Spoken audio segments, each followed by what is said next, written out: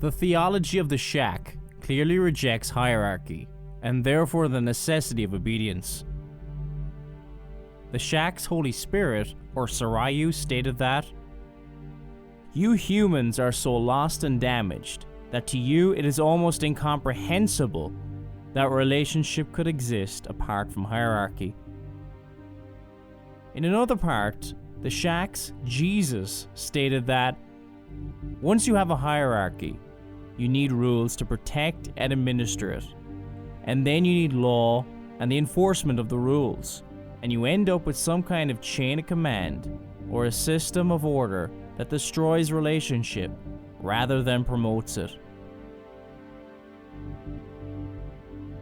Later in the book, in a different exchange with Mac, the shack's Sarayu, or Holy Spirit, taught the following: "The Bible doesn't teach you to follow rules. It is a picture of Jesus." So it is no surprise to see the doctrine of feminism, which rejects male headship in the home, emerging in the book. In an exchange with Mac, the shack's Jesus stated, "Women in general will find it difficult to turn from a man and stop demanding that he meets their needs, provides security, and protects their identity, and return to me." While there is an element of truth in here, as a woman can make a man more important than Christ, it is not one or the other if the man is her husband. Married women can and do serve God by submitting to their husbands.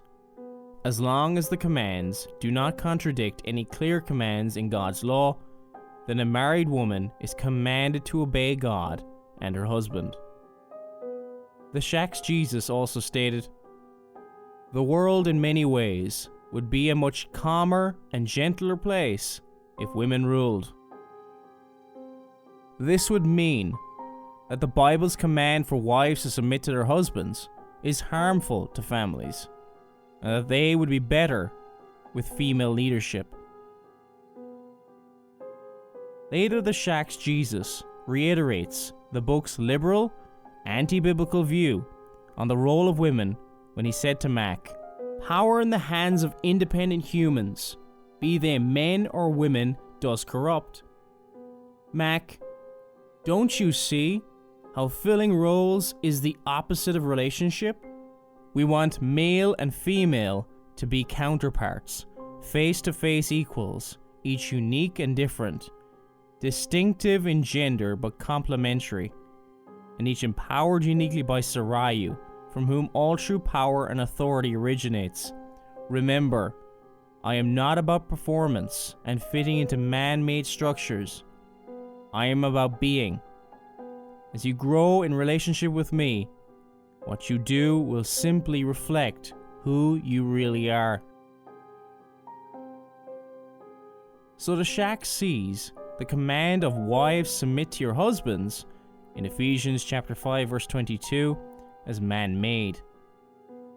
Before we are told by defenders of the novel that the book is fiction, we should remind ourselves of William Paul Young's own words on the subject.